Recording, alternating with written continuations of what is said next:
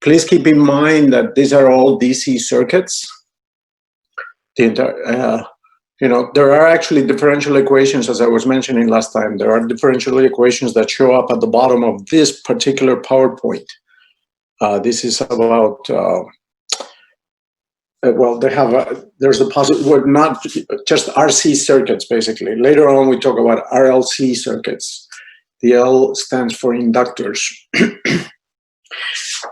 Now, the DC circuits are actually a lot easier to analyze, the ones, because they, basically, most of the time, not always actually, you're going to see that's not always the case, but most of the time you're looking for some value of the current in the circuit, so the current doesn't keep changing. And so, the goal, we were already discussing it last time. If you want to solve a circuit, you want to know the unknowns. Usually what's unknown is the current. And so you have to have as many equations as you have unknowns. You set it up, and then that's it. Now let's go back to that stuff about reducing the equivalent circuits and all of that. And we'll have a chance to go over the stuff that we talked about at the end of class last time. We have to revisit it. I want to give you a chance to. What I'm going to do is basically there's a circuit in here that looks a lot like the one I was discussing. So I'll remind you of that one. And then I will just change it a little bit just to do something a little bit different than the standard, two-loop thing, just a tiny difference, but just ask you how you think that would change the equations. What will you need to solve that circuit? So it will be, so we'll start with the same one that I did last time. But anyway, before that, actually, let me go through the PowerPoint in this case. There are kind of like differential equations at the end of the PowerPoint here. And so I will remind you, I did say already why you need differential equations. You need differential equations because you have the charge and then you have the current in the same equation. And the charge and the current are related by derivatives. So the current is dq dt. So since you have the charge and the current in the same equation, by the way, all the equations in this section, and also later on, actually, for AC circuits, they're always derived from the same thing, which is you go around the loop, and when you come back to the spot you were at, then the voltage has to come back to the same value. So you keep doing that, you keep getting equations, and then you can, but solving the equations is not necessarily easy. Later on for RLC circuits, you will see that, yeah, if you want to solve that, then you have to go back to differential equations, like in calculus. And of course, they're very doable. It's not like, it's a differential equation that we know how to solve and all of that. But, whenever you get differential equations, people shy away from that a little bit. So we'll try not to do a lot of that. But later on, when I get to RLC circuits, I'll definitely, it's not that we're going to do a lot of differential equations, but I'll try to justify to you that, yeah, you do need it. And the difficulty in the subject comes from that. Okay, there's a little bit of that already in this PowerPoint, though. As I mentioned, at the end of this PowerPoint, basically, to analyze that situation, we will solve a differential equation, an easy one. And you're not really responsible for it in the exam. I'm just showing you how the formula was arrived at. Okay, here they start, again, we start with DC. I don't think I have to explain. DC just means direct current, which means the current is constant. So you find the value and there's a value there, you're done. With AC, it's constantly changing. Okay. Now this is similar, so let's not spend a lot of time here. The goal here, more than that, is just to figure out. Okay, I'll try to. I'm gonna try to give you like a little bit of advice, so to speak. If you encounter in the exam, when should you use equivalent resistances or capacitances, and when should you use Kirchhoff's rules? So I'll tell you how to think of that. It's not. Of course, the equivalent thing might save you time. Otherwise, the algebra can get long. When you're solving a series of equations, and it's a problem that, of course, by the way, you can put this in a computer. All these equations are linear, So it comes down to a matrix. So if you have a system of equations, not differential equations, just a system of equations, that's what we're going to get. And they're all linear. So because it's IR, it's not I squared or I cubed or whatever. It's IR. So that's, of course, very well known how to solve when you have it doesn't matter how many there are. There could be n equal 100. Well, then if you really wanted to solve that, you would obviously not write down 100 equations and solve it by hand. You would put all the values, you would set it up and put all the values into a computer, and then the computer will solve the matrix, and then that's it. And then you will get the values for everything. As long as you have enough equations and you have have to be independent equations. And I'll remind you what I mean by that in a second, or how to think of that again. I did mention that before, but I'll say it again. But if you have enough independent equations, then of course the computer will do it for you. But in the exam, in practice, you're not going to start putting things in a computer. So what I will do actually is I want to ask you to solve, if you write down the equations correctly and you're having the right number of equations, meaning that I could solve the equations and get the right answers, then I'm not going, in the exam, I won't ask you to solve the algebra, because it is true that if you have 3 equations, 4 equations, well, that's going to take a while. Again, if you put it in a computer, it's not going to take any time. Okay, but you know, I'm not asking you to do that. So just writing the equations will be fine, unless otherwise explicitly, you know, indicated that no, I want numbers. But there will be a Kirchhoff's rule problem where you don't have to solve the equations. Just write down the equations. That's it. Okay. But anyway, let's start as usual by saying, yeah, there are some cases in which, yeah, of course, it helps to think of this equivalent resistance. So it's kind of easy to tell, you know, again, to derive this, that the equivalent resistance is the sum of the resistances, all you got to do is add the potential drops across each of them. And then you would find out that, yeah, the potential drop across all of them.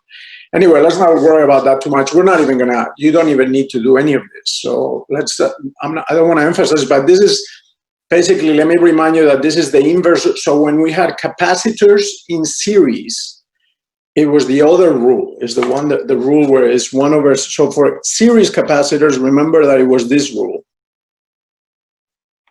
Now again, this is resistors. I'm just, and so on. So this was for series.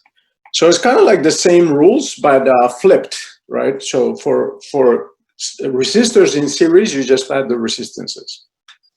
Otherwise, you would treat it the same as we did with the capacitor problem, except in the capacitor, we were looking for charges. Here, we're going to be looking for currents, right?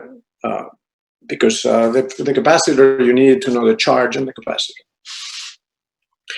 Anyway, as I said, let's not focus too much on this aspect, because I would rather just make sure that you know how to use Kirchhoff's rules today. If you know that, and then I also would like to go a little bit over the bottom of it. I like to cover this PowerPoint if I can. I'm not,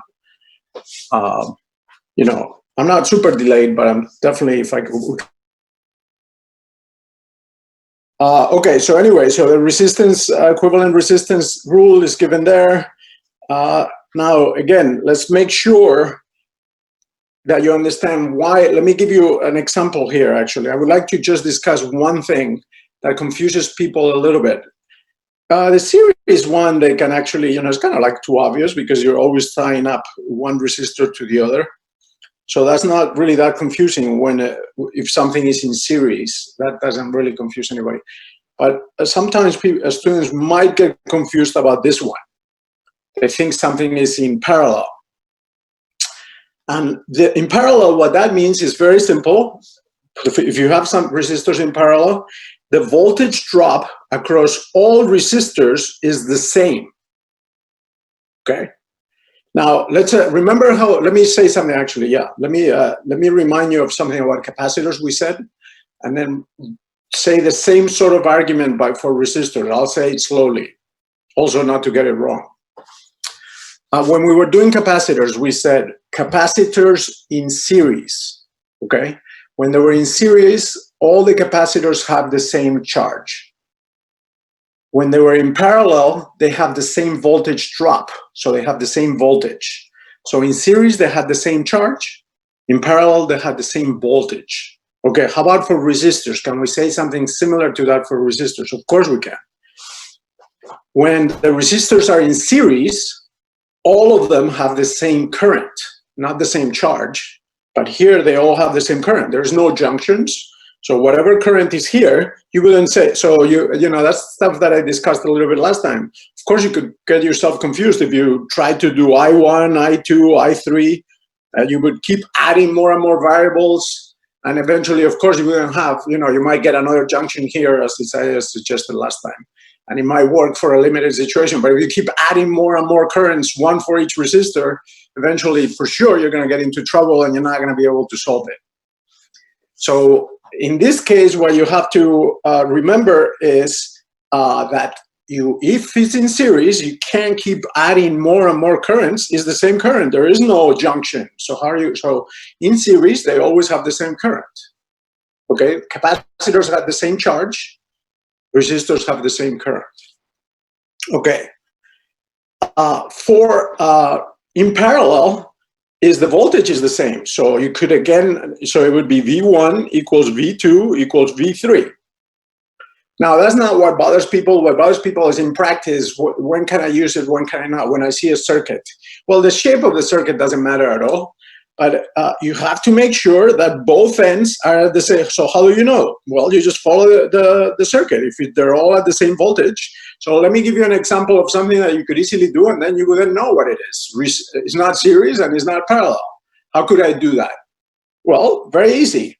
Now suppose I add another. Suppose I add another thing here, and I put now at first, it's still going to be parallel, actually.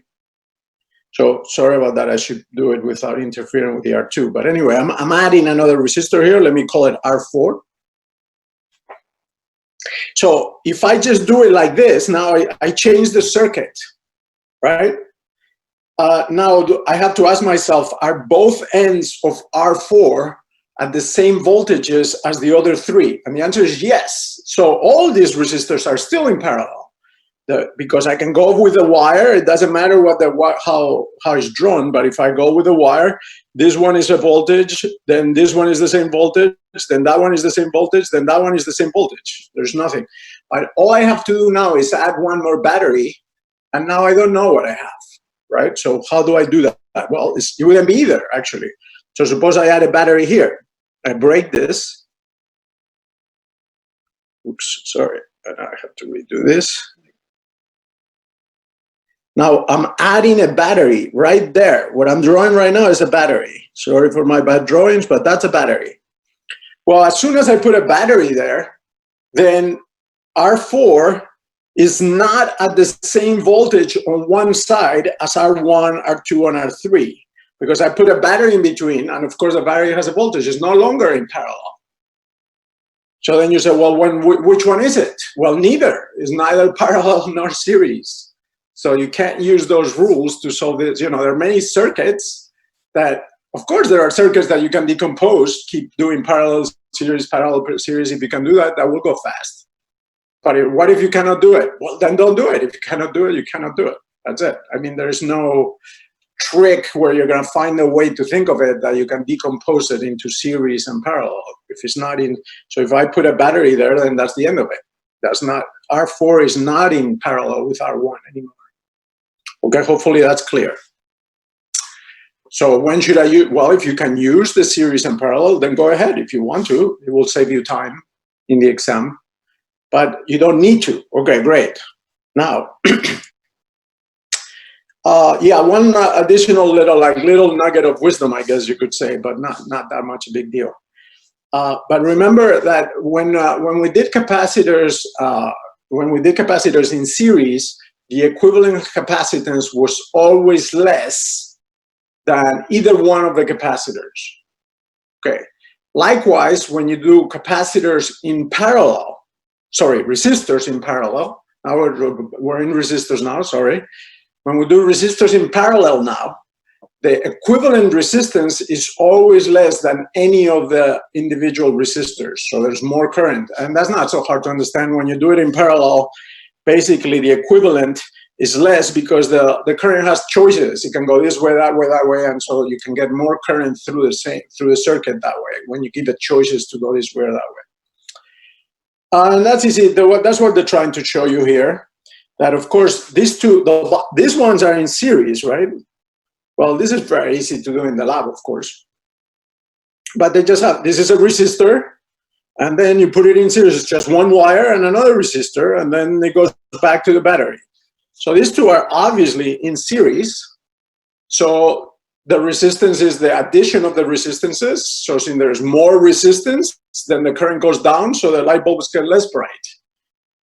When you put them in parallel, you give a choice to go this way or that way. And of course, then the equivalent resistance must go down always. So the equivalent resistance is always less than any of the individual resistors. So that means the current goes up, so the light bulb gets brighter. So obviously this one and that one are in parallel now. They're no longer in series. So there's the equivalent resistance is less than the resistance of each of the bulbs. Okay. Let's not spend again. We're kind of like we've done this. I guess we could, you would get the equivalent resistance from that, and then you would add it to this, and that's it. Okay, so with this kind of thing at this point, it should be okay, not too difficult. Let's concentrate on the Kirchhoff part, because that part is I don't think is totally clear yet. So hopefully we can do that today. Now we can come back to this, do more exercises and so on later. And so if you have trouble, let's discuss it a little later. Right now, let's focus on getting the Kirchhoff's thing correct all the way through. Okay. Right. So let's do that actually. So okay, and again, let me. I started on this, but I'm gonna repeat myself a little bit just to make sure, because this does. I know that this. It's not that there's anything specific that bothers people. It's just the general approach seems to bother people when they can't assign directions to things to begin with that they're going to get right. Okay, but I'm going to emphasize to you that you don't have to. Okay, so you don't know at first. You don't know what the direction is for the currents. That depends on the values for specific things. You can't know ahead of time how that's going to work out. You don't have to know ahead of time. You just write equations that are consistent for your choices. And then if you get the choice incorrect, so the current is going the opposite than your choice, then your value for the current will come out negative. But it makes no difference what you chose to begin with, as long as your equations are consistent for your choices. Okay, that still bothers people in practice when they do it. It shouldn't. Try it to do what I'm saying, and you'll see that everything will work out just fine. So there are two conventions here that you can follow whatever you want. You can assign currents that seem to be clearly wrong. Let me give you an example of something that would at first sight bother people and say, well, that's going to give me trouble, and it gives you no trouble at all. Let me give you an example of something that could happen that is like that. Suppose you assign current directions, and all of a sudden you come to your junction and you did it. You assign currents to say that the resistors. Let me do that. So let's call this R1, R2, and R3, even though they're actually here. They're making a minor point that these resistances are part of the battery. We don't care about that right now. That's not really a major point. Let's just call R1, R2, and R3. Okay, so again, these resistances are just R's, and that's it. Okay, let's not worry about the part of the battery, EMF, and all of that. That's just a technicality. It's not really that important. Batteries have internal resistances. Wow, that's not really a big point to worry about too much. Let's more focus on the stuff about the rules. How do you apply the rules consistently? That's the main thing. If you learn that today, let's try very, very hard to learn that today, not postpone it for some other future date. Okay, so that's the main goal again today. Okay, Here they're reminding you of something that, yeah, that's throw off people, but it shouldn't. Of course, they're telling you, look, just because I put a dot there doesn't mean there's a junction. The junctions have to have bifurcations, forks on the road. Okay, so we're going to start with the same case we did last time. We'll do it by however you want. I'll start. And so the point I was trying to make is, please don't get fooled into thinking you're going to get into trouble when you didn't do anything wrong. The only thing you can do wrong is be inconsistent. That's it. Okay, so what do I mean by that? Suppose I put a current through here like that, and I say that's I3. And again, the only thing to keep in mind is we cannot create more currents than we need. If you keep creating more current, if you put a different current through every resistor, then you will definitely have too many currents and you won't be able to solve for them. Okay, you could keep adding resistors all over the place. You can't put a different current in every resistor. Only if there is a junction between the resistors. Okay, anyway, well, I did mention that last time, but what I was getting at right now is to say, I choose that direction for the current. I'm going to write an equation for my loop rule where I3 goes in that direction. And then for this one, for some reason, it doesn't matter why, I chose that direction, I1. Okay? And for this one, same thing, doesn't matter why, maybe some other part of the circuit I wanted to do that for whatever reason, it doesn't matter why you choose it. If I say it doesn't matter, that means it doesn't matter. You can choose whatever you want, okay? As long as it's consistent. Okay, so what do I mean by that? Well, I already told you a little bit. This is consistent because I have three unknowns, I1, I2, and I3, and I can choose any direction for them. Now, if I put a resistor here, then I'm not at liberty to choose whatever I want for that resistor. I already chose I1, I2, and I3. I'm not at liberty to do whatever I want with that one. Of course not, because this one and that one, this would be, say, R4. Let's put it there like we did last time. We already explained that R4 must be the same thing as I1. Okay, so I'm no longer at liberty. If I put R5 here, likewise, I'm not at liberty to choose R5, I5 in some random direction. Then I definitely won't have enough equations. So then I have to do this, and I have to say I3 that way, because this I3 has to match the magnitude, but also the sense of direction, the direction of the other I3 I had already chosen. Okay. Okay, anyway, so that's fine. But this may seem, so these choices that I made are perfectly fine. I can use them, no problem. This may seem like it's going to get you in trouble in the following sense. Maybe it might seem to somebody that it could happen, because it would seem that all three are moving into the junction. So you see, if I take junction A and I just focus on junction A, then I seem to have a situation where I have I1 moving in that way, I2 moving that way, and I3 moving in. And so you might say, well, that's never going to work out. Everything is moving in, nothing's moving out. So I'm in trouble. I better change my choices. No, you don't have to change anything. Okay, you just write down the equation for your choice, and what must happen at the end, and will happen for sure, of course, once you see a situation like that, of course, one of those currents will turn out to be negative. But you don't have to do anything. You just keep on chugging along, just ignoring the fact that they're all moving in. And then eventually at the end, you will see that either I1, I2, or I3 comes out with a negative sign in front, meaning that current has to flip. So it could be I1, then there would be the I1 would be the other way, really. But you don't have to do anything. You just solve your equations and that's it. Okay, so you can write the equation for this case. So in fact, let's do that, just to make sure that you realize that this is not a hypothetical thing that you can, yes, no problem, you can do this, okay? So let's do the loop rules. I'm gonna do a whole thing, then I'll change it slightly, then I'll ask you to tell me what you think should be done in that case, okay? I'm gonna get it started. Actually, I'm gonna do the simpler case. I'm gonna set the rules very clearly, but I'm gonna do a simpler case. And then I'll ask you how many equations will we need and what are the equations. Okay. Now to make it easy, let's just do R1 is 1, like we did last time, just to make it easy to write on 2. So this is 1, this is 2, this is 3 ohms. Now, of course, it doesn't have to be, but it's just to make it very easy. And 5 ohms, to know exactly what number that refers to. Okay, so that's point number 1. I can choose any direction for the currents. Not gonna cause a problem. Once I chose a direction for the current, then I'm stuck with the current being the same whenever there are no junctions. Okay, and the same thing on this end. So I'm gonna write the loop. I'm gonna write the loop conditions. Okay, and also the junction condition. I'll write everything. Okay.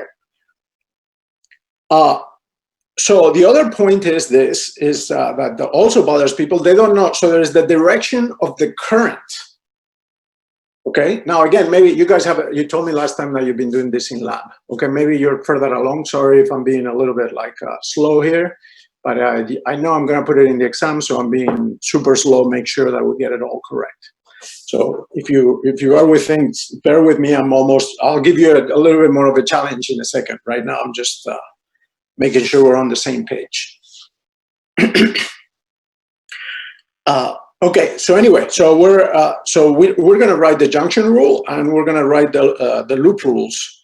And again, you have to always write enough independent equations. Okay, so we need 3 equations because really, truly, there is only 3 unknowns here. There's I1, I2, and I3. That's it. There's no I4 and I5. We're not going to get 5 independent equations out of this. Okay. So how do you decide that something is independent? Again, you choose a loop. Here they chose loop, so they have loop 2, loop 3, and loop 1. Now, loop 3, loop 2, and loop 1, those don't give you 3 independent equations, only give you 2 independent equations. How do I know that? Because if you use loop 2 and loop 3, you already included everything in the circuit.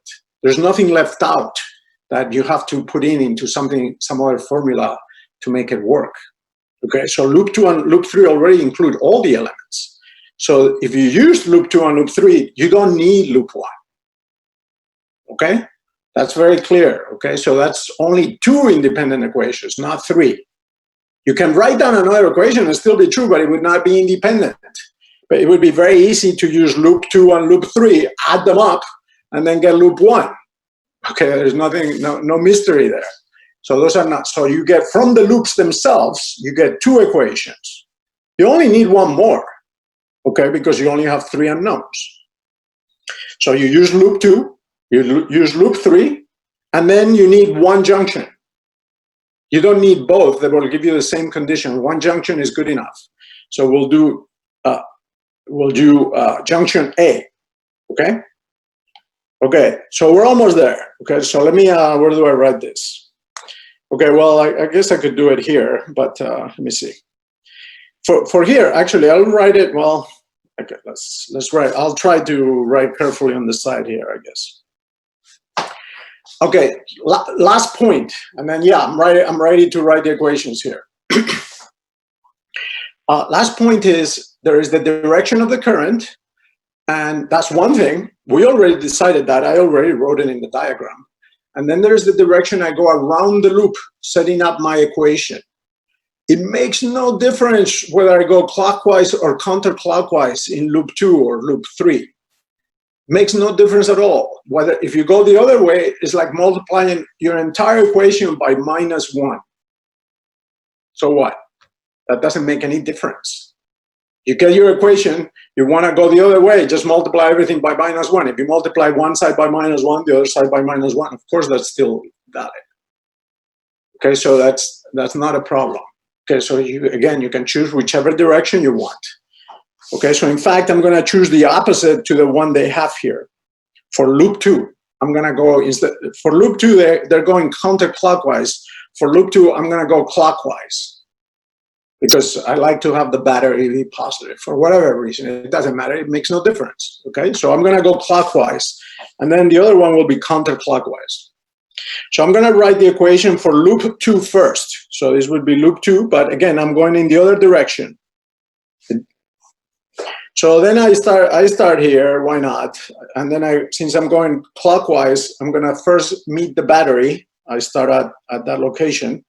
So I have a plus. So again, this we did last time. I'm just making absolutely sure. So I have plus E1 because I'm going from the minus to the plus. Now, this is the rule we said. If now we encounter a resistor. If we're going with the current, by the way, all of this is in the PowerPoint, but if we're going with the current, you need a minus, but that's over here. Okay, let's go over here and then I'll come back. Again, I think more or less we were already on the same page last time, but just this will totally be on the same page now, hopefully. Okay, so these are the rules. Notice that there are two things to consider: is the direction of the current and the direction of travel. So how are you going, clockwise or counterclockwise? Okay, great. So they say, look, the direction of travel is in the direction of the current. So in that case, actually, this is just the battery, sorry. The top ones are referring to the battery, which are not, people don't get in trouble with the battery, actually, because they can see they're going from the plus to the minus in the battery, so that doesn't bother anybody. It's more this one that tends to, the bottom one that tends to bother people, students. The top one doesn't really cause that much trouble. So for the bottom one, notice that there are two arrows. There's not one arrow, there's two arrows. There's the direction of the current that you chose. The current is going this way. And then how are you going around the loop? So they call this the direction of travel. So that would be a different arrow, okay? So if you draw the arrow of the current, then you always put, at the beginning of the arrow, you put the plus side. At the end of the arrow, you put the minus sign in the resistor, okay? And so therefore, if my travel is from minus, the direction of travel is opposite that. So I'm going from the minus to the plus. So I'm increasing potential. So that would be a plus IR for the increase in potential across the resistor. Now the direction of travel is the same as the direction of the current. Then I'm going from plus to minus. So then I need a minus IR. Okay, so this is the one that gives people trouble, but anyway, you can go to the drawing and make sure you got it. That's how I'm deciding that's the important thing. That's how I'm deciding the signs. So I'm gonna go back up. So I'm going from minus, this is the minus, to the plus. So that's a plus because I'm increasing potential. Now I'm in the direction of the current, so I need a minus. And again, please, this is the part that you need to, and I'm going to ask you to do it. I'm going to change things a little bit. I'm going to ask you to write what the equation should be in this case. Hopefully, it's not too much trouble to put it in chat. I think you can do it. Okay, so it would be minus I1 times R1, right? Because I'm going with the current. Now I come here, there's nothing, there's nothing, there's nothing. Now I go down. Based on my choice, I'm now going against the current. So I need a plus. For now I'm on R2. So it would be I2, that's independent, R2. And then I go back down, and since I added one more resistor, let me put it in there because I already added it. So it would be, now I'm going with the current again, minus I1 R4 equals 0. Because now I'm back to where, oh, no, sorry, I missed the battery. Big snuffle. For 1 second, I didn't see that battery, sorry. Well, what I just wrote is fine, but I have to add the battery. So let's see. So is it plus or minus? So when I'm going through the battery, this thing here, okay, I started at the plus, and then I'm going clockwise, right? So I start at the plus, go down in voltage, so I would need a minus.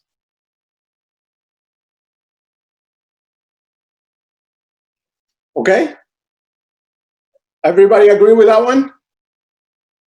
I went through the loop clockwise, right? Now say, suppose somebody decides to go counterclockwise. What would that mean? That would mean multiply every term by a minus. That's it. That's what that would mean. But of course, it's the same equation. So that would be the case they chose. Loop 2, I just multiply everything by minus, then I get that equation, the same thing. So that would be the case of counterclockwise. but it's the same thing. Okay, everybody agree on that, right? How many of us are there? Said 32. Okay, please, if anybody disagrees, let me know, because I'm going to ask you what to do. I'm going to change the circuit a little bit, and I would like you to think about that situation instead of me just telling you how to do it. So I'll give you a little bit of time if you need to. You could even discuss it with others, see what you think. Again, get you thinking a little bit more instead of just listening to me. Okay? Okay, anyway, that's good to me. Now let's just to be super sure that we're all on the same page, let's do the second loop. I'll write it here at the bottom. So in this case, again, now we're going to do the same. We're going to do counterclockwise now. We're going to start here. So then I would be like, say, for instance, you could start there. Then I would be going with the current. So it would be minus. So I'm using the counterclockwise direction. So I'll keep the signs according to the thing I said. So even though you could multiply everything by minus, then I'm not going to do that. I'm just going to put the sign in there. So it would be minus I3 times R3. I just went through resistor 3. Then I would reach the junction. The junction is just a junction. It doesn't change the voltage, but it changes the current. But it does not change the voltage. So I go right through the junction. Then I go through resistor 2. Now I'm going just like before. I'm going against the flow. So now I need a plus I2 R2, just like I did in the other equation. I'm going through the same resistor in the same direction. So of course there is a plus I2 R2 in both equations. Now I'm going through I need a minus again, just like I did above, because I'm going through that segment the same way I did before. So there's minus E2. And then I added one more resistor in there. Now I'm going with the current again. So it will be minus I3 R5 equals 0. Okay? Okay. Okay, let me actually start asking right now. All of that is fine. Now you put R1, you put 1, R2, you put 2, R put 3, or so on. You put values for things, but everything is okay.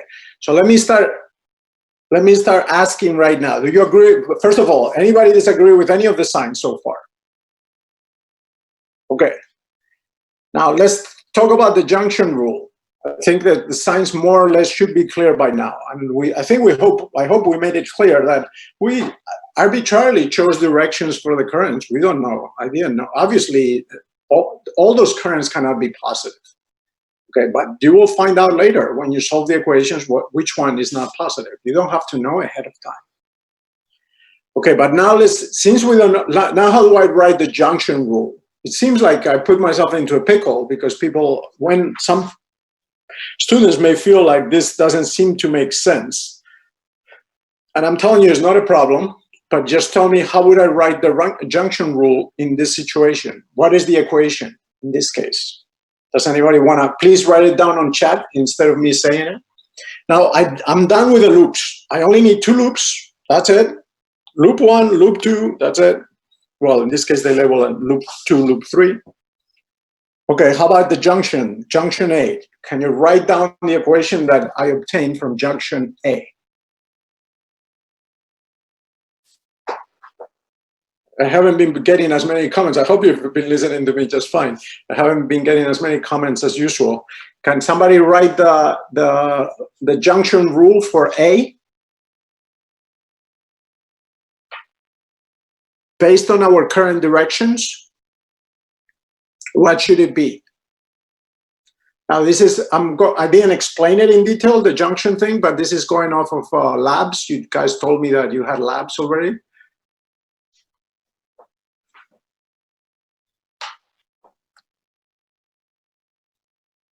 Okay? Okay, notice, this is something that happens. Notice that what Isaias wrote and what Emma wrote, they're actually the same thing. Okay, so please don't be, you can write, of course, that also bothers students sometimes. Well, mine doesn't look like yours. You know, it's the same thing. Of course, you can write it however you want. Let me tell you how I like to do this. And then, and I don't know if that's what they taught you. There are several ways. You could talk about this different ways. It doesn't matter how you talk about it. As long as you end up with the right equation, it's fine. So the equations that that were posted on the chat, those look fine to me, right? But let me say how I would think of this to make sure that it doesn't matter how many wires you have going into the junction. Okay, so I'm going to describe it a little bit like they tell you here. Okay, so how would I write the equation? So look what they tell you here. The sum of the currents equal to 0. Okay. Now, how about the minuses and the plus? Okay. Of saying this, sum of the currents equals 0. You add up everything that's going into the junction and everything that's coming out of the junction, it must be 0. But you got to choose something. If it's going in, you give it one sign. If it's going out, you give it a different sign. Okay? And then you sum it all up. You're not going to use the same sign for things going in and things coming out. That doesn't work. You got to say we use plus for anything because it's adding charges. We say plus for things going into the junction. And we can do minus for everything coming out of the junction. Okay. Well, based on the equation that we wrote, or the directions, you see, this is what gets people in trouble. They got done with the loops, and then all of a sudden with the junctions, they want to use a different direction because this doesn't make sense, or maybe they flip the I2. If you did that, then you would be inconsistent with what you wrote before. That wouldn't give you an answer. Once you decided on direction of the currents, that's it. You're stuck. Don't move them around. Don't change them. Don't flip them. Don't anything. So now I do the sum of the currents, and I say, well, anything going into the junction goes with a plus. Well, I1 is going into the junction, I2 is going into the junction, and I3 is going into the junction. So those are all positive terms. If I put another term here like this, I4, then I would put that on the same side with a minus. Don't flip it to the other side. That's another one. So sum of the charges equals sum of the currents equals 0. So you put them all the currents on one side, and you put the right sign on that side. So in this case, it would be I1 with a plus I2 with a plus I3 with a plus equals 0, just like they wrote, because they're all into the junction. So they all go with a plus. And there is no I4. I was just illustrating. Obviously, there's no I4 in this problem. So there's nothing to write for I4. Okay? Okay, any questions? So these equations, you solve there. 3 equations, 3 unknowns, I1, I2, I3. That's it, you're done. You can always solve that because the equations are independent. So each equation gives you new information. So then once you have 3, that's all you need. Okay, because there are 3 unknowns. All right. Okay, let me. Yeah. Correct, Jason. That's exactly right. Let's do just for instruction. So again, to show that you're not getting an independent equation. This is an issue. Of course, you can write down more equations, but if you're writing the same equation, why would you bother, right? So let's do junction B. Junction B. In that case, I3 is. So you would have to say I3 is moving out. I1 is moving out, I2 is moving out. So if instead of using junction A, I use junction E, then my drawing would have to look like this. Okay, it would be I2 is in that direction. Again, it's the same I2 as long as there is no junction. It's the same I2 at the top, at the bottom, everywhere. So I2 would be like that. I1 would be like that. I'm doing junction B now, and I3 would be like that. So how would my equation look like? What would my equation look like in this case? Everything that's moving out goes with a minus sign. So that would be minus I1, minus I2, minus I3 equals 0. They're all moving out. Well, isn't that the same thing as this? Of course it is. It's the exact same equation. You multiply both sides by minus 1, you get the same thing. So this equation and that equation are the same equation. So it's not independent information. There's no reason to bother to do junction B. Agreed? Okay, so if we're all on the same page, my instinct would be at this point you're ready. I think so. I think you're ready for a little harder case. So if you configure that case, I think you're pretty much ready to go. So let me, because this is kind of messy here, I'll come back to this. We've done everything already. Everything having to do with Kirchhoff's rules. You know, I don't want to spend too much time on this. The Kirchhoff's rules are the important thing. All these other things are less significant. In fact, after I do this, I want to start talking about discharging and discharging a capacitor. But before I do, let me try to challenge you a little bit and give you a little bit more time to see if you agree or disagree or what. Or we can all write the same equation. So in order to help all arrive at the same thing, I'm going to choose directions. But again, you can choose whatever you want. But I'm going to choose directions so that we can all write the same equations and see if we agree on all the signs and everything that you need and everything else. Okay, just so that people posting on chat, they're writing things that look like the other student. Okay, so not based on their own choices. So let's do a case. Okay, so this will be a little harder, and I would like you to see if you can figure out what you would need. Again, I'm not asking you to solve the thing. I'm just saying what would be the equations you would need to solve it. How many unknowns, and I'll again choose the directions for everything. Okay. So it's pretty much like the same thing as before, but I'm going to put a little change. So I'm just going to have a battery here. And I don't know, whatever, 12 volts. I'll put a resistor here, why not? And then I'll put another resistor on top as well. So let's call this R1. And as usual, just for ease of notation, R1 is 1, R2 is 2, and so on, just to keep it easier to remember what's what. Now, I'm going to have another resistor here, and the battery, just like we did before. And since this battery and that battery are fighting each other, you don't really know ahead of time which direction it would be. But anyway, let's call this resistor 2, just like before. Same thing, almost everything, almost the same thing.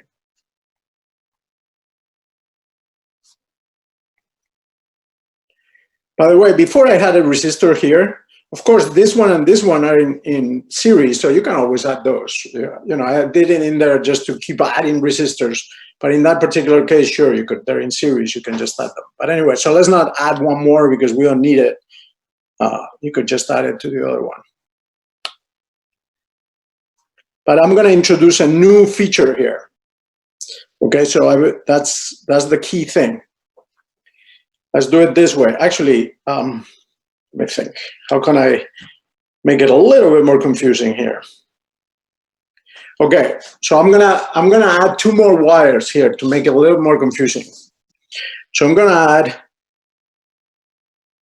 a wire here like that.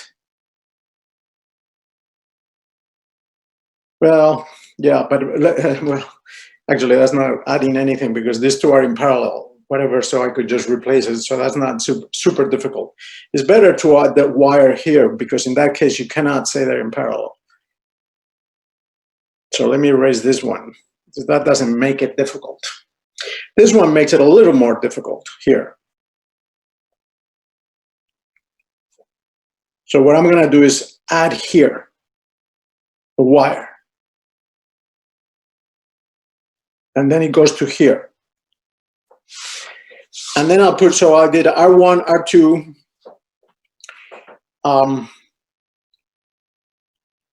Yeah, that's fine.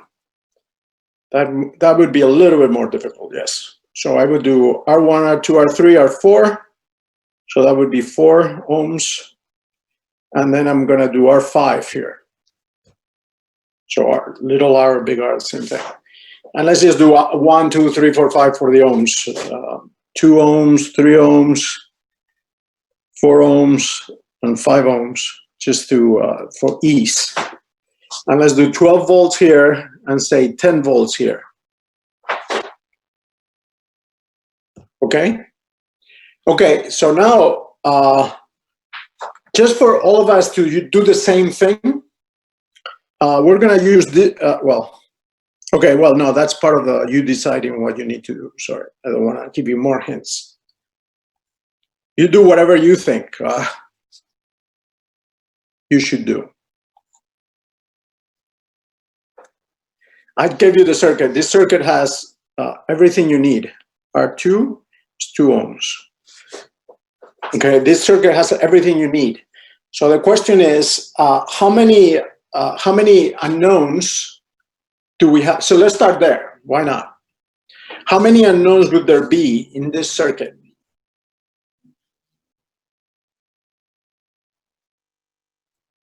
How many unknowns will we have to come up with?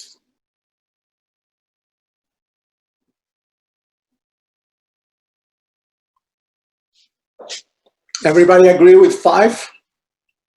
So this would be how many currents you don't know ahead of time, right?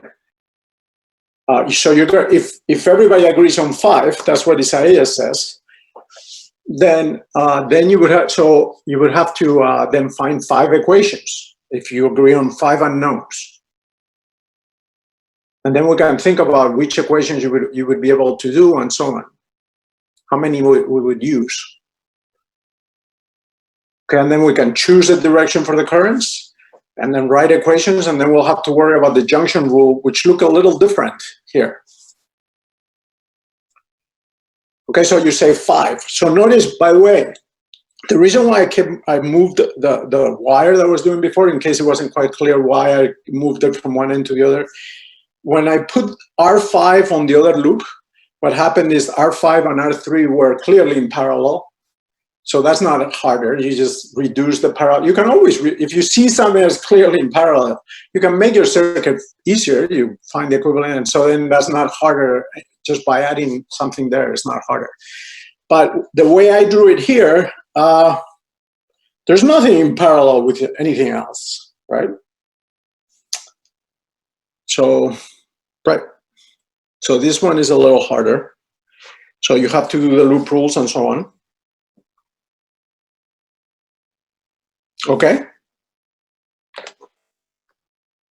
Also, by the way, it's not parallel. But in case this wasn't clear, it's definitely not parallel, because there's this R5. It doesn't have the same potential drop as any other resistor, but it also doesn't have the same current as any other resistor, because there's a junction in between. Okay, so that's part of deciding this 5. So I agree with 5. But let's go over again before I said R4 and R1 had the same current. Or you might think R4 and R5 have the same current.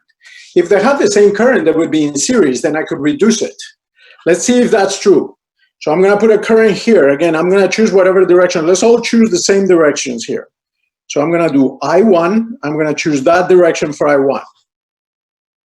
I'm going to choose I3 in that direction. So that would be, I3 would be through here, and I'm going to choose it in that direction. Okay. I2, how about I2? Well, I could choose either way, but I'm going to choose that way for I2. Why not? Down. Now, before, remember what I said, when I had I4, it was the same thing as I1, right? So I wrote I1. Well, that's changed. Why? Because I cannot go from R4 to R1 without encountering a junction. There is a junction in between. This is the junction right there. So R4 does not have the same current as R1. There is a junction. Also, R4 does not have the same current as R5. Same reason. There is a junction in between. This is a junction. It wasn't a junction before, it's a junction now. Okay? Okay, great. So we're going to have, so I agree with Isaias. Let's finish up, but we need I1, I2, I3. Now you're going to have I4. Let's do it that way. And I5, it doesn't matter how you do it, but let's do it that way. So hopefully you can read my handwriting. Maybe I don't want to redraw it again. I keep making mistakes and taking me too long. If you don't, this is a resistor, of course. Well, let's hope. I think you can more or less read my handwriting. I think it should be okay. Let's hope that we can all get the same equations. Okay. So I agree. There are 5 unknowns. Each of the resistors now, based on the drawing I made, for sure, each resistor has to have a different current because all the resistors are separated by junctions. There's no resistor where you go one resistor, another resistor, and there is no junction. There's always a junction. If you go from R1 to R3, there is a junction. If you go from R1 to R2, junction. R1 to R5, junction. Always a junction. Okay, so there's definitely 5 unknowns. Great. We cover that. We beat that to death. Okay. So how many loop rules are we going to use for this? We have to come up with 5 independent equations. Okay, 5, because we have 5 unknowns. We need 5 independent equations. Okay. So Isaiah says 3 loops. That's correct. So this would be loop in between here, could be loop number 1, loop 2, loop 3. I could go clockwise or counterclockwise. But once I'm done, of course you can have more loops. You can do any loop. You can go around one and then start the other and then go to the other. That doesn't make any difference. Once you have included these 3 loops, then every element in the circuit is already either in loop 1, loop 2, or loop 3. So there's 3 loops. To go clockwise or counterclockwise, you know, either I go this way or the other way through that little loop and then the other loop. So there's 3 loops for sure. Okay, well, we need 2 equations, right? So we're going to need 2 junctions. So you can try all 3 junctions and see which one are different, but you're only going to need 2, so just try 2, and then that should be it. Okay? As long as you coming up with different equations, then you're good to go. Okay, so which loops, you don't have to do the 3rd junction.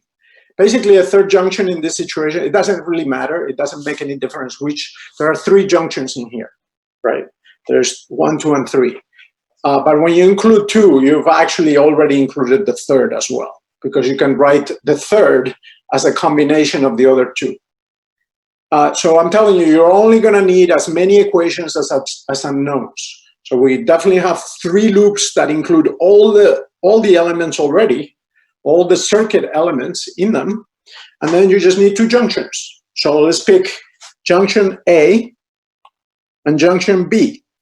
Let's start with the junctions this time because they're easier to write and I can more easily, based on my choices for the currents. Can you please write on chat? Hopefully some other student, but you know, anybody really, but if more people want to contribute so that I figure out that everybody's on the same page, let's write the junction equation for A. A is this one at the top. Write the equation based on my choices for the currents and the directions for the currents and the rule that I gave you before about the sum of the currents equal to 0. Write down the equation on chat. For junction A, what would that equation look like? And then we can do junction B.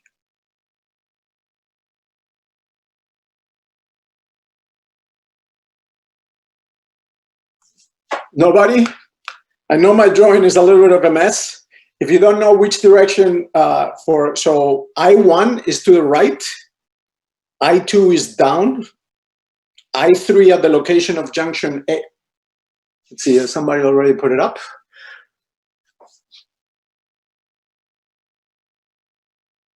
Okay.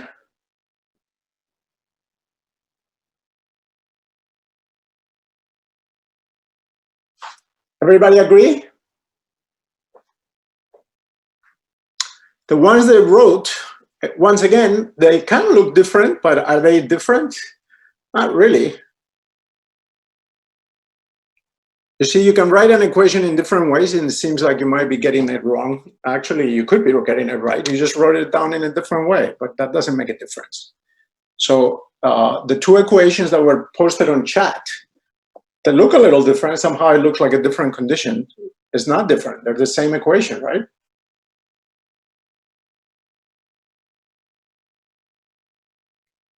Agreed? There's nothing wrong with either equation. I like the form that Isaias wrote it in. Let me tell you why I like that form, because if you always do the same thing, it's a little harder to get confused with the signs. So what L. Brown wrote, of course, is totally fine. But if you just write it the same way you always do, then it's a little easier to check. So let me, just in case somebody's not quite together with the signs of everything, what you can do is you go to junction A, and you just, independently of the rest of the circuit, you just write, you look at the junction by itself. So here's the junction. So the junction has this, then it has that, then it has that, then it has that, and then it has that. That's the junction.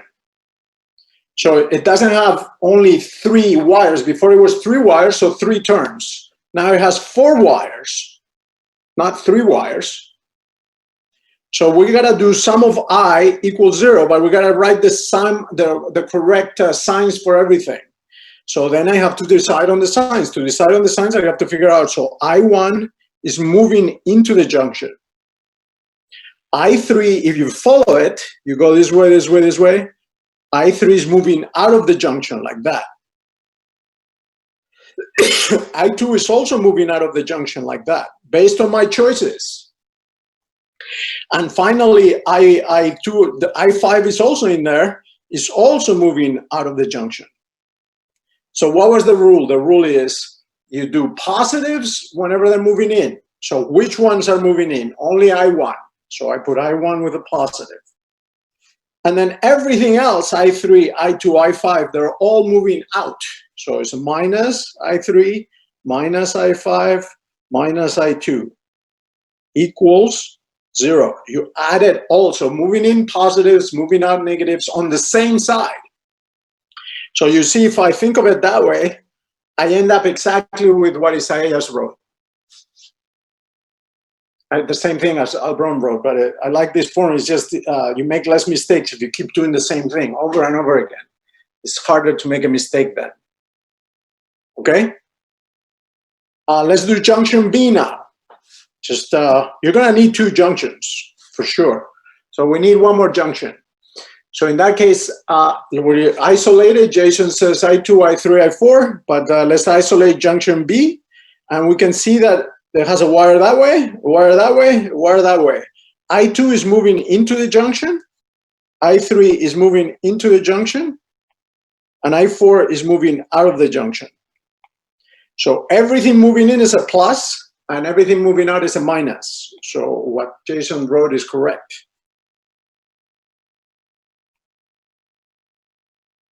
Now, that's the condition. Now, is this condition independent from junction A? Of course it's independent. Junction A had 4 currents. This one only has 3. Those are not the same condition. So junction A and B, of course, are independent. But once you've done junction A and B, then junction C would be dependent because it's the same information again as the combination of the other two. You're only going to need 2. So now we have the 2, this condition and that condition. That's 2 equations, 2 independent equations. Okay, is this making sense? Notice again, the reason why this is important to figure out, you could not reduce this circuit to series and parallel. Of course you couldn't, you can't do it. You just added one more wire in there and you no longer could reduce anything. So if you can reduce it, go for it. But in this case, you couldn't. Okay. Okay, I guess I gotta move on at some point. I'm gonna run out of time, I guess. But okay, let's make sure. Let's write down the loop rules. So I'm gonna erase this. Okay. So this is fine. Perfect. You got it. Okay. So now let's go to the loops. You tell me. Let's do loop 1 and let's see if we can agree on that. So far, so good. It seems to me. Some of you are not answering, so I'm not sure if the entire class is together on this, but it seems to me we're more or less on the same page on everything. If you have questions, please ask. Don't be, intimidated by anything. But let's do 1 loop to make sure we agree. So we're going to do loop 1. And again, we only need 3 loops. So by loop 1, I mean going around so loop 1, I mean you go through the battery, then you go through R1, then you reach a junction, which doesn't change the voltage. Then you go through R5, and then you're back. That's what I mean by loop 1. And let's do that clockwise. So we're going to start right there, and let's go around that way. Okay, so how would, just so that we got, you can do whatever you want, but just so that we agree on all the signs. Can somebody write the loop rule that then?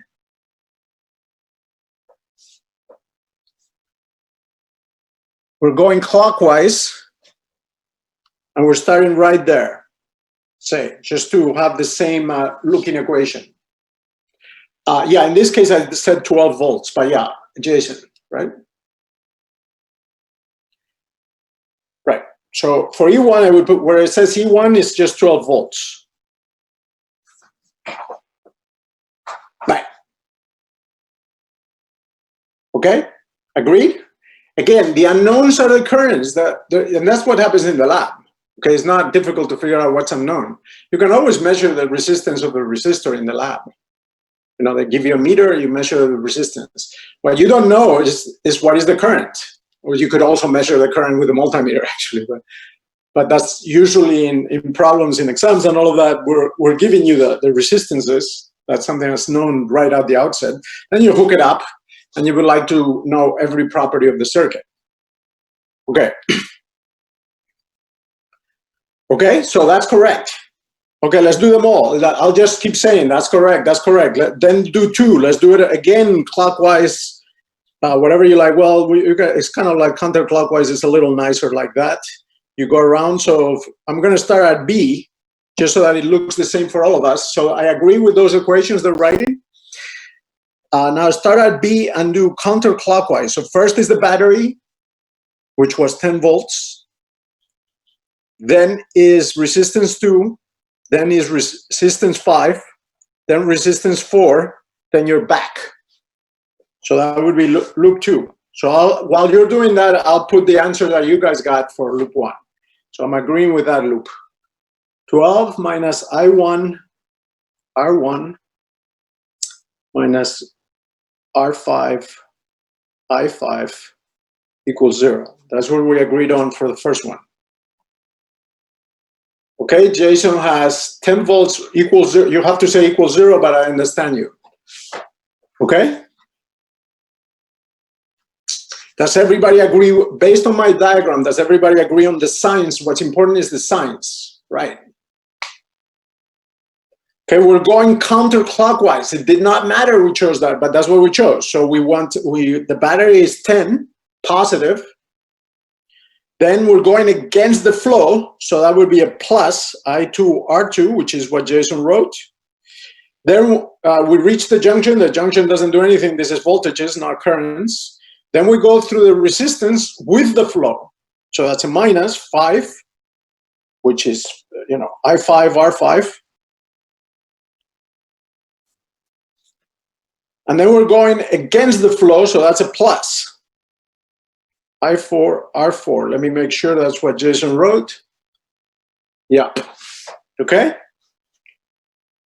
And again, you would put in the values for the resistances, 1, 2, 3, and so on. And then the final one, again, it does not matter how you go. Let's do counterclockwise from B just to start with 10 again. And let's do, so plus 10, then we do R2, then R3, and then we're back. So one more time, and then that's it. I'm beating this to death. So one more equation. This is for loop 3, just to make sure we agree on everything. Please write it up. We'll start at B, and let's do clockwise, yeah. So that's why I said plus 10. So this would be, let me indicate. Here we did clockwise. But it doesn't matter what you do, but that's what we did. Then counterclockwise, we did to write it that way. And now we're going to do clockwise again. So we 10. Let's see if I'm agreeing. Then it's R2, which is plus because we're against the flow, right? Just like above.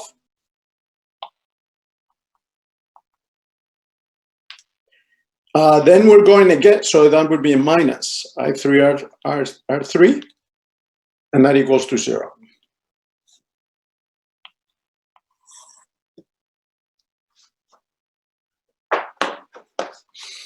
Okay? Everybody agree? Any questions? You will need to pretty much used up pretty much my entire class doing this. I'll just tell you what's coming next. But yeah, I'm spending a lot of time. Please, if it's not, some of the stuff we just said is not clear, then think about it a little bit, how you would do it. And then if you have any questions, ask me first thing next class, we can go into it in more detail. But you do need to, I'm gonna have a circuit kind of like this one, something that you cannot reduce, and you have to write equations, and then you don't have to solve them, but you have to write the correct equations that will give you the right answers if you did solve them. But you can tell solving this already with 5 equations and 5 unknowns, that would take a while. No, you might get the algebra wrong or whatever, something. But you won't have to do it in the exam. That would be like you spent all your time doing that. Okay, no questions, right? We're all on the same page on this one. Okay, should I give you a little tiny quiz next time just to make sure we are on the same page? I may do that just to make sure, because I did notice some of the same people who contribute. I'm not saying the class doesn't understand it overall. Probably you do, but just to make sure, I may give you like a tiny little quiz next time, just like something for you to answer and upload. I'll think about that. Don't know yet. It won't be worth much or anything, but just to. Okay, let me just close off here.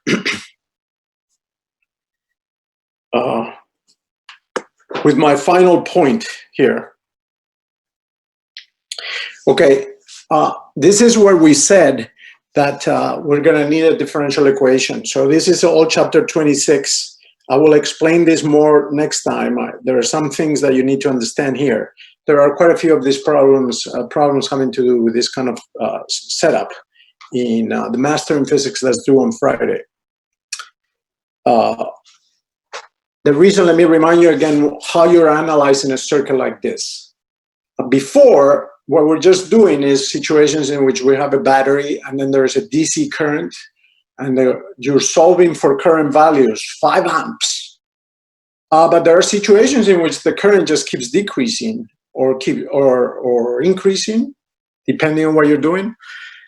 So initially, what you have to do is figure out exactly what you're doing. The bottom line of what you're doing when you have any circuit like this, you're always doing the loop rule. That's how you're analyzing these circuits.